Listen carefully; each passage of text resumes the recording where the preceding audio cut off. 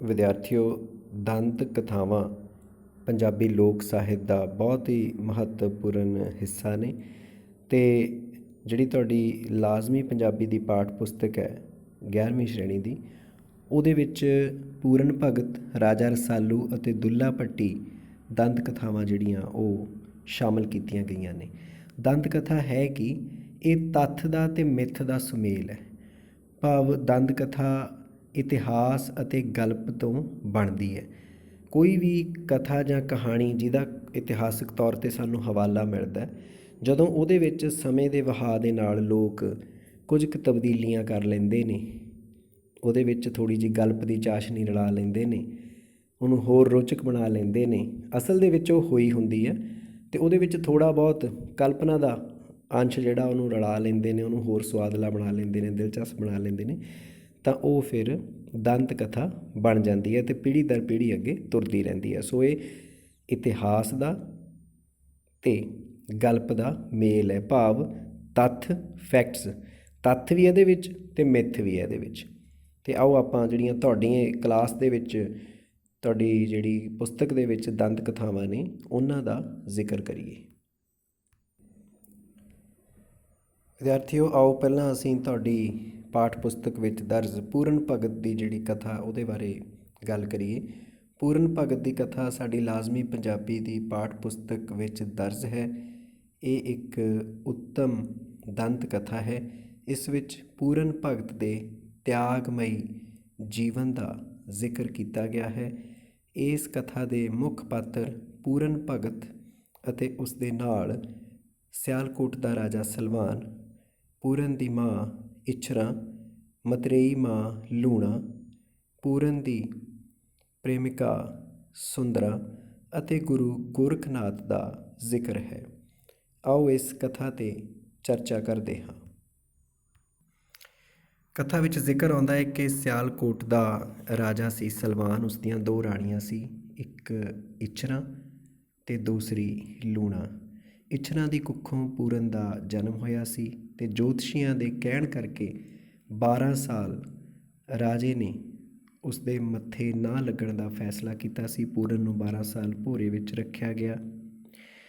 ਜਦੋਂ 12 ਵਰ੍ਹੇ ਬਾਅਦ ਜਵਾਨੀ ਦੀ ਦਹਿਲੀਜ਼ 'ਤੇ ਪੈਰ ਰੱਖਦਾ ਪੂਰਨ ਬਾਹਰ ਨਿਕਲਿਆ ਭੋਰੇ 'ਚੋਂ, ਅਤੇ ਰਾਜੇ ਨੇ ਜਦੋਂ ਉਸ ਨੂੰ ਮਿਲਣ ਆਇਆ ਤਾਂ ਉਸ ਨੂੰ ਲੂਣਾ ਅਤੇ ਉਸ ਤੋਂ ਬਾਅਦ ਇੱਛਰਾਂ ਨੂੰ ਮੱਥਾ ਟੇਕਣ ਲਈ ਆਖਿਆ।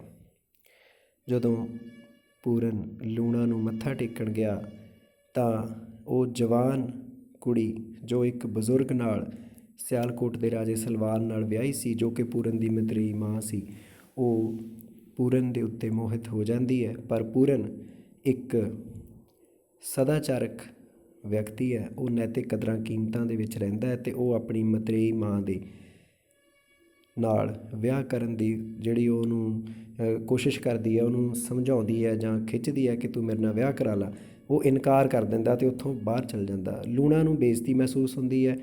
ਉਹ ਆਪਣੇ ਕੱਪੜੇ ਜਿਹੜੇ ਆ ਉਹ ਪਾੜ ਲੈਂਦੀ ਹੈ, ਵਾਲ ਖੰਡਾ ਲੈਂਦੀ ਹੈ ਅਤੇ ਆਪਣੇ ਪਤੀ ਭਾਵ ਰਾਜੇ ਨੂੰ ਇਹ ਦਰਸਾਉਣ ਦੀ ਕੋਸ਼ਿਸ਼ ਕਰਦੀ ਹੈ ਕਿ ਪੂਰਨ ਜਿਹੜਾ ਹੈ ਉਸਨੇ ਉਸ ਦੀ ਇੱਜ਼ਤ ਨੂੰ ਹੱਥ ਪਾਉਣ ਦੀ ਕੋਸ਼ਿਸ਼ ਕੀਤੀ।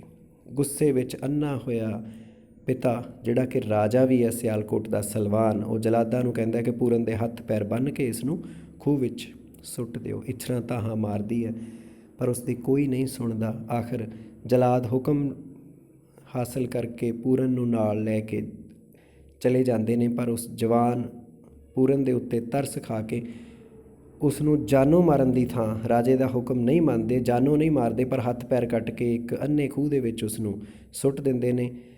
ਬਹੁਤ ਸਮਾਂ ਲੰਘਣ ਤੋਂ ਬਾਅਦ ਕਹਿੰਦੇ ਨੇ ਕਿ ਉੱਥੇ ਗੁਰੂ ਗੋਰਖਨਾਥ ਜਿਹੜਾ ਹੈ ਉਹ ਜੋਗੀ ਉੱਥੋਂ ਦੀ ਲੰਘਦਾ, ਉਹਨਾਂ ਦੀ ਟੋਲੀ ਲੰਘਦੀ ਹੈ ਅਤੇ ਖੂਹ ਵਿੱਚੋਂ ਉਹਨਾਂ ਨੂੰ ਦਰਦ ਦੀ ਹਾਏ ਹਾਏ ਦੀ ਆਵਾਜ਼ ਜਿਹੜੀ ਹੈ ਉਹ ਸੁਣਾਈ ਦਿੰਦੀ ਹੈ। ਪੂਰਨ ਦੇ ਨਾਲ ਉਹਨਾਂ ਦੀ ਗੱਲਬਾਤ ਹੁੰਦੀ ਹੈ। ਗੁਰੂ ਗੋਰਖਨਾਥ ਵਿਸ਼ਵਾਸ ਦੀ ਡੋਰੀ ਭਾਵ ਇੱਕ ਧਾਗਾ ਖੂਹ ਦੇ ਵਿੱਚ ਲਮਕਾਉਂਦਾ ਅਤੇ ਉਸ ਤੋਂ ਬਾਅਦ ਪੂਰਨ ਜਿਹੜਾ ਹੈ ਉਹ ਉਸ ਧਾਗੇ ਨੂੰ ਫੜ ਕੇ, ਵਿਸ਼ਵਾਸ ਦੀ ਡੋਰੀ ਨੂੰ ਫੜ ਕੇ ਬਾਹਰ ਆ ਜਾਂਦਾ ਅਤੇ ਉਹ ਸਾਰੇ ਜਿਹੜੇ ਜੋਗੀ ਨੇ ਉਹ ਪੂਰਨ ਦੀ ਇਸ ਜਿਹੜੀ ਉਹਦੀ ਭਗਤੀ ਹੈ, ਜੋ ਉਹਦੀ ਮਰਿਆਦਾ ਹੈ ਜਾਂ ਉਹਦੀ ਜੋ ਨੈਤਿਕਤਾ ਹੈ, ਉਹ ਤੋਂ ਪ੍ਰਭਾਵਿਤ ਹੁੰਦੇ ਨੇ ਅਤੇ ਉਹ ਜੋਗੀ ਬਣ ਜਾਂਦਾ। ਜੋਗੀ ਬਣ ਕੇ ਉਹ ਜਗ੍ਹਾ ਜਗ੍ਹਾ ਭੀਖ ਮੰਗਣ ਜਾਂਦਾ ਹੈ ਅਤੇ ਜਦੋਂ ਇੱਕ ਦਿਨ ਭੀਖ ਮੰਗਦਾ ਮੰਗਦਾ ਉਹ ਸੁੰਦਰਾਂ ਦੇ ਮਹਿਲੀਂ ਭਿੱਖਿਆ ਮੰਗਣ ਜਾਂਦਾ ਅਤੇ ਸੁੰਦਰਾਂ ਜਿਹੜੀ ਹੈ ਉਹ ਪੂਰਨ ਦੇ ਉੱਤੇ ਮੋਹਿਤ ਹੋ ਜਾਂਦੀ ਹੈ ਅਤੇ ਉਹ ਮੋਤੀ ਜਿਹੜੇ ਆ ਉਹ ਮੋਤੀਆਂ ਦਾ ਥਾਲ ਪੂਰਨ ਦੀ ਝੋਲੀ ਪਾ ਦਿੰਦੀ ਹੈ, ਜਦ ਕਿ ਪੂਰਨ ਨੂੰ ਇਹਨਾਂ ਚੀਜ਼ਾਂ ਨਾਲ ਦੁਨਿਆਵੀ ਵਸਤਾਂ ਨਾਲ ਕੋਈ ਲਗਾਅ ਨਹੀਂ ਹੁੰਦਾ। ਫਿਰ ਕਥਾ 'ਚ ਜ਼ਿਕਰ ਆਉਂਦਾ ਹੈ ਕਿਸ ਤਰੀਕੇ ਨਾਲ ਸੁੰਦਰਾਂ ਅਤੇ ਪੂਰਨ ਜਿਹੜੇ ਆ ਉਹ ਗੋਰਖਨਾਥ ਦੇ ਕੋਲ ਉਹਦੇ ਟਿੱਲੇ 'ਤੇ ਆਉਂਦੇ ਆ।